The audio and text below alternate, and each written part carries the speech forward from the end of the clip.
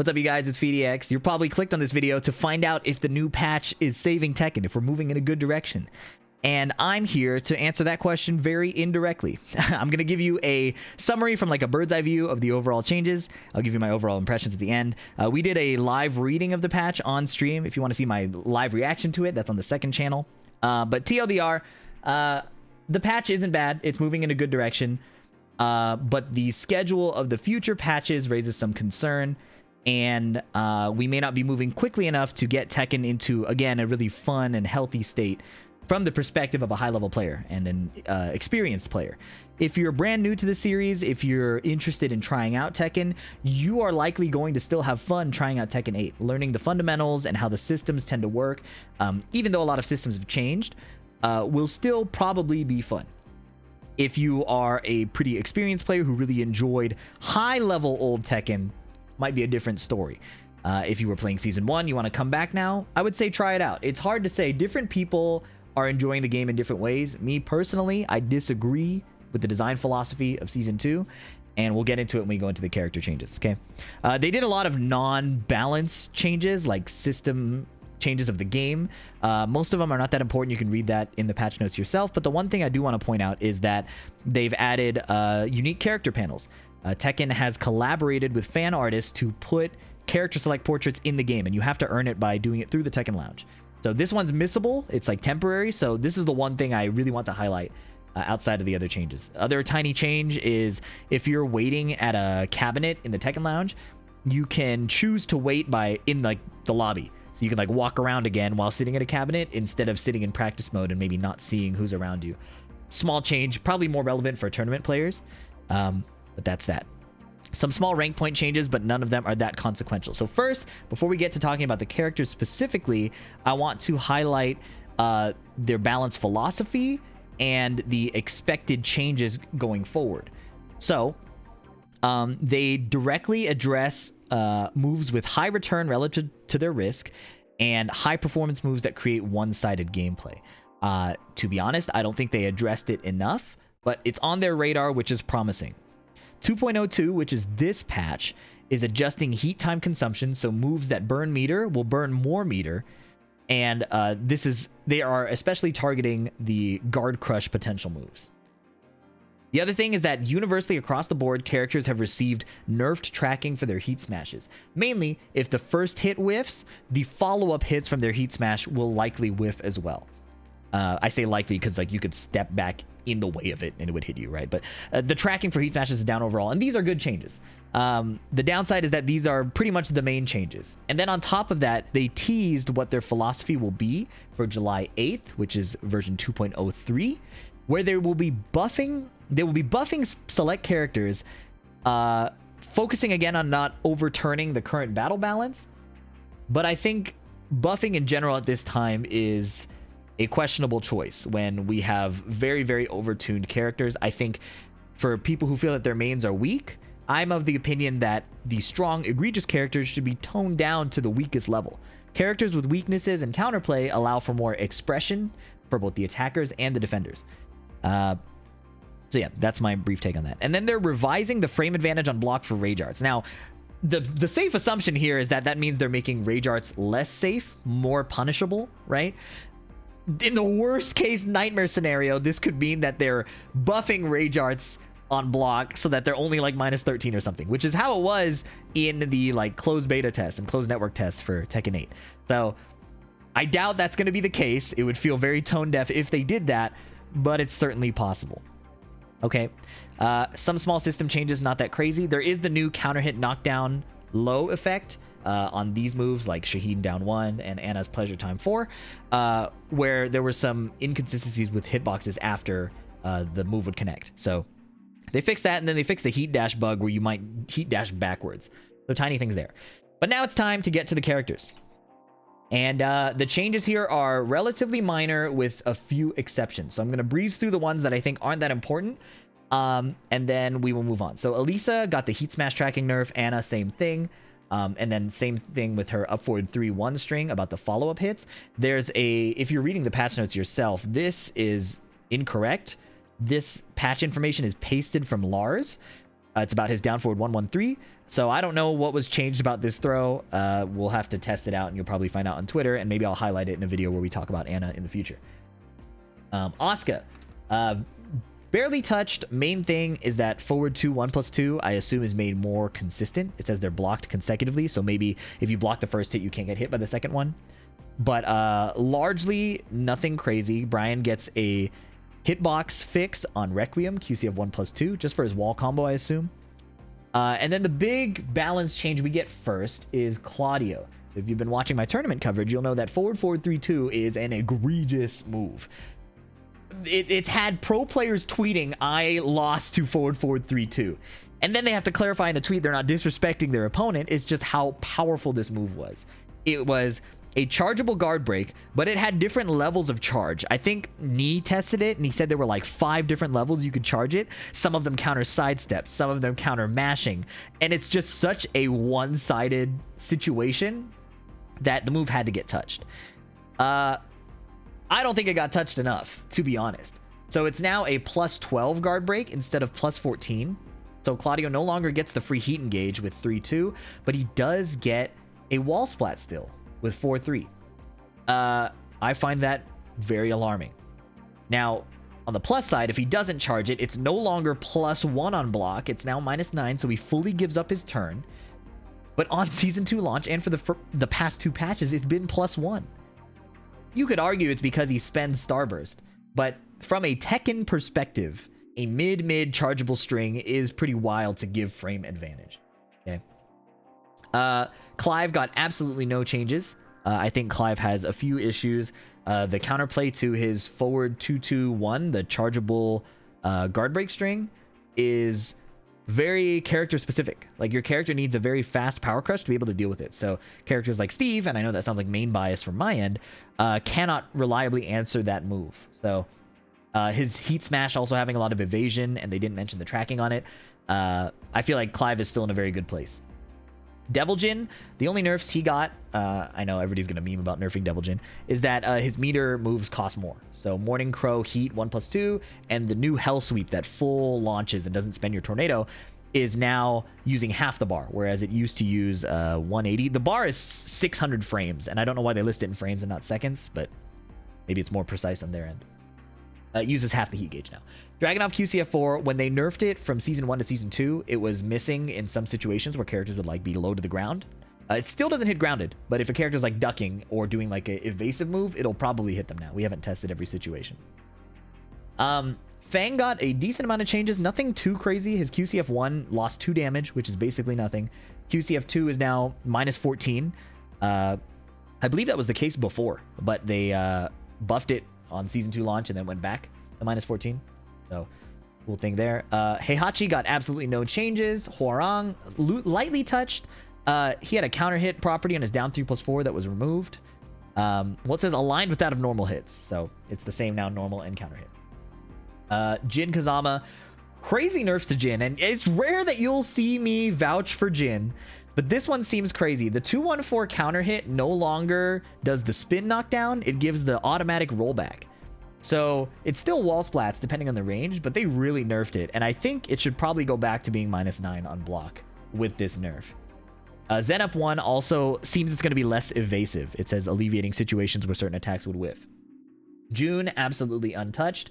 I think her new install is really, really strong. She gets meter, or like, not meter, she gets like points towards her empowered state by basically just existing, which is like the move she was going to do anyways give her extra points. There's not a lot of decision making to be made. She just gets stronger the more she plays the game.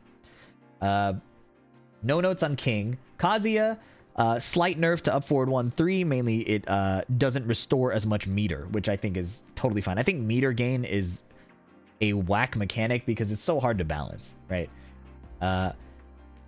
I think meter gain should probably be looked at overall and probably removed.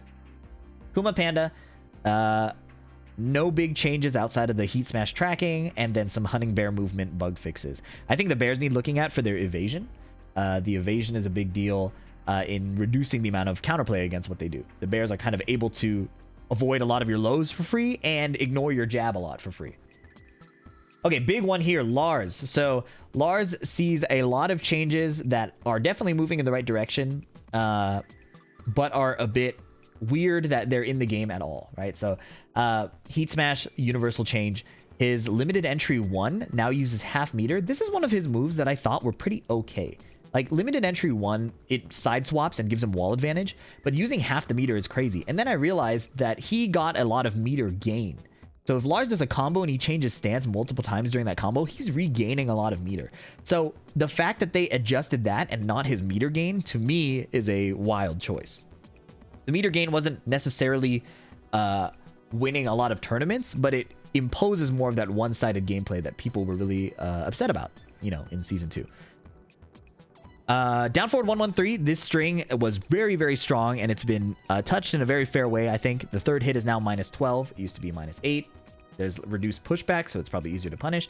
What I don't like is that they made his down forward 1 -3. Now, I understand why they're making these changes. Characters with strings attached to their down forward 1 are having the effectiveness of that down forward 1 nerfed, right? So Lars had a -1 down forward 1, now it's -3 because he has all these extension mix-ups. But that's what they did to Devil Jin. And a lot of the reason you don't see cooldowns on Devil Jin anymore is many things, but the removal of that poking style more for raw 50-50s is a trend throughout Tekken 8, and now Lars is the latest victim, right? Nerf down forward 1 in favor of string mix-ups. So not a fan of that change from a conceptual standpoint. From a power level standpoint, it's kind of whatever, right?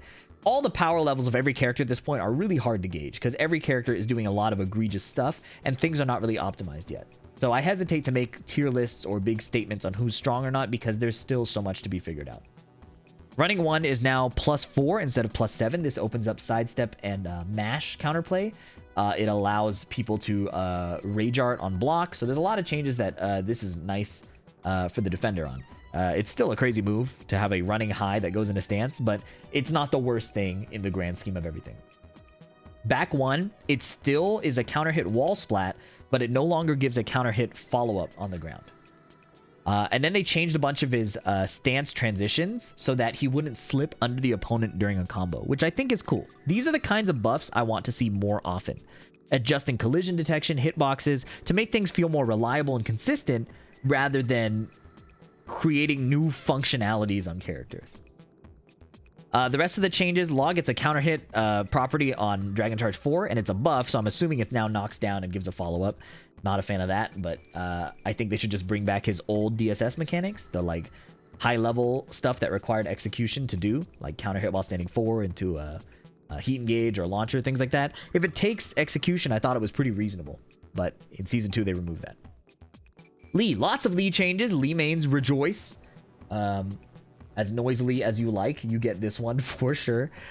Heat Smash is slightly buffed. That's a bit down here. It's slightly buffed while losing the tracking properties that all the other Heat Smashes lost. They made back 3-3 more consistent. They buffed back 4's damage while sending 2-3s back to -13 while keeping the new Tornado property. So that is a nice little change there. Some hitbox consistency stuff for his 2-2-3 series. And then some other consistency things with his new heat move down 1+2. So these are the kinds of changes I like. Make things more consistent. Leo, only one nerf. The heat low, her former heat smash, now is a heat consumption move, and it uses 75% of the gauge instead of 50%. The next major changes, I would say, Lily gets a nice little look at her 3-1 and 3-2, where the second hit used to whiff depending on axis, so they made that more reliable. If the first hit hits, the second hit should hit as well. Paul, his Death Fist is now unsafe again in heat. I don't know why it was ever -6 on block in heat. He still keeps his advancing mid series during heat, but it uses half the gauge now, so kind of better. They made his Heat Smash -14, and on stream, I was talking about how I thought on release it was -14, but Paul has always had a -12 on block low Heat Smash, which is wild to me that he got away with it for that long. They changed the behavior of Deep Dive down forward 4. I haven't seen it. Again, I recommend checking out channels like I Am OP and High Buff Gigas, please, for visual representations of the changes. They do a lot of work to get those to get those comparison videos out, and I recommend supporting them. I am just yapping about it and giving you a spoken summary, but they have good visual comparisons, and I think you should check out their videos. Raven is absolutely untouched. We'll talk about that probably in a separate video. Raven mains rejoice. Reina only touched her heat smash tracking.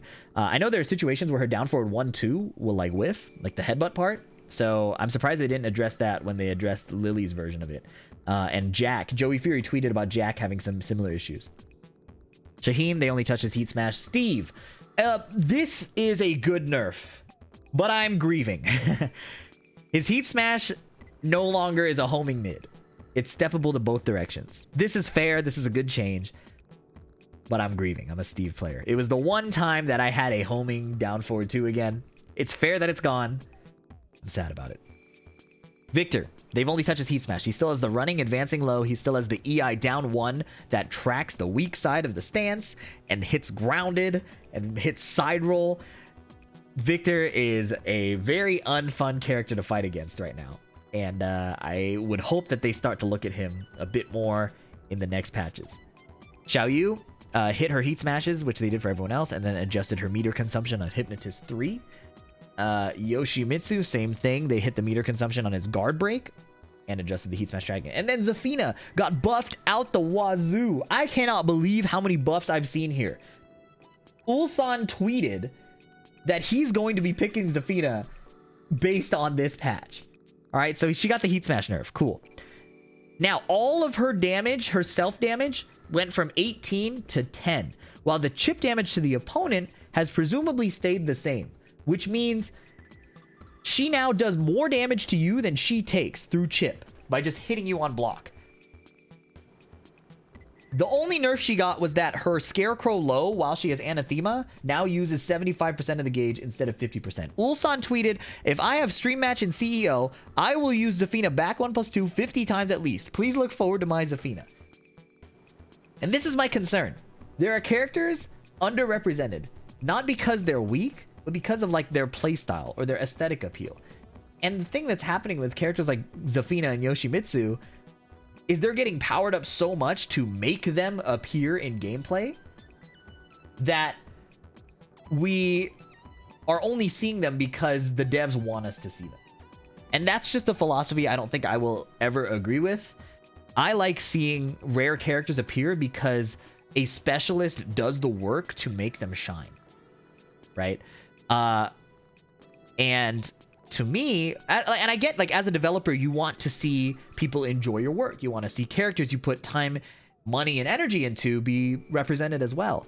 But I think that doing it like this it feels very heavy-handed, and it's just something I disagree with personally. But that's it. We're probably going to see more Zafina. When I talk about Yoshitmitsu buff, I'm talking about moving from Tekken 7 to Tekken 8. And even during Tekken 7's lifespan, he was getting buffed a lot. In any case, hopefully the video is not too much of a downer or a negative experience. I just think it's important that I'm honest about my disagreement with the direction, and my disappointment that there are largely not many nerfs to the characters outside of the heat smash tracking, which is a positive change, but is a change that we've been talking about since Season 1. With the July patch being presumably the last battle balance patch, major one that touches most characters, it sounds concerning. It feels like this is the version of Tekken, this is the vision of Tekken that we will have or till the end of the Tekken World Tour in December or January. And unless they switch directions and choose to do more patching during the off season, this is presumably the Tekken we have until next April. Now, there's always room for possibility. They could say that this is the last major balance patch, but we'll still touch characters individually going forward. They tend not to mention nerfs when they talk about like individual character nerfs tend to not be mentioned when they talk about upcoming balance patches. So holding out for that. The game is certainly still enjoyable, especially with friends. I think when I say Tekken 8 is fun, I think it's often fun as a Discord fighter. If you're fighting with a specific group of friends and you're all training and you have a similar mindset, the game can be fun in that sense. Hopping into ranked right now in the 1-2 setting with the amount of casino moves and coverage moves and long range plus frame moves, it is hard to say ranked is going to be enjoyable. So my personal recommendation is Play ranked in, you know, controlled doses, but hit up your friends. Play with your friends. Find friends online on Discord who you can grind with and do a lot of long sets with. Infinite rematch is something you would would be great to take advantage of, because the first two competitive ranked or tournament setting is really rough right now. That's my take on the latest patch. Thank you for sitting through and listening to me yap about this whole thing. Hope you enjoyed the video. If you did, leave a like. Let me know in the comments. Subscribe for more, and I'll catch you in the next one. Peace.